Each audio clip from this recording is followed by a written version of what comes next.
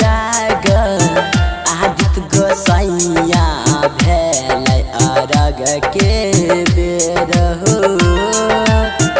जाग जाग आदित गोसैया भेल अरग के बेर हो। भूखल खारा पाइन में छै मैया आवन लगाब देर हो। जाग जाग आदित गोसैया भेल अरग के बेर हो।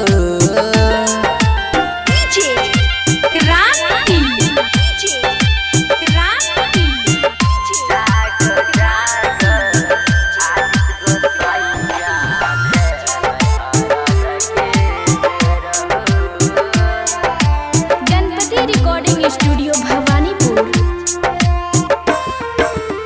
सब दिन उगै रह भोर भिन सारा बा आई किया कोइन छोड़े रहो।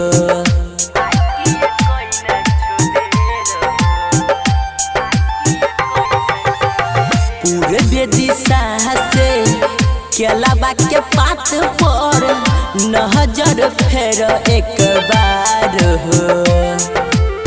सब बरती को है छहो देवता भेल अरग के बेर हो। जाग जाग आदित गोसैया भेल अरग के बेर हो।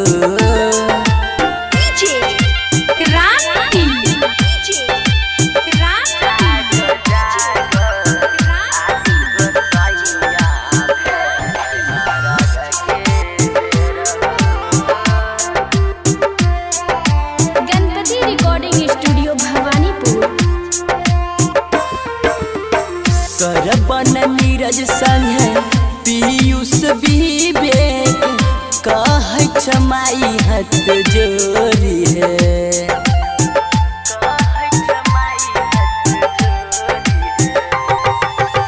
हो दीनानाथ अरग सब सलाह कइने छिया विश्वास हो।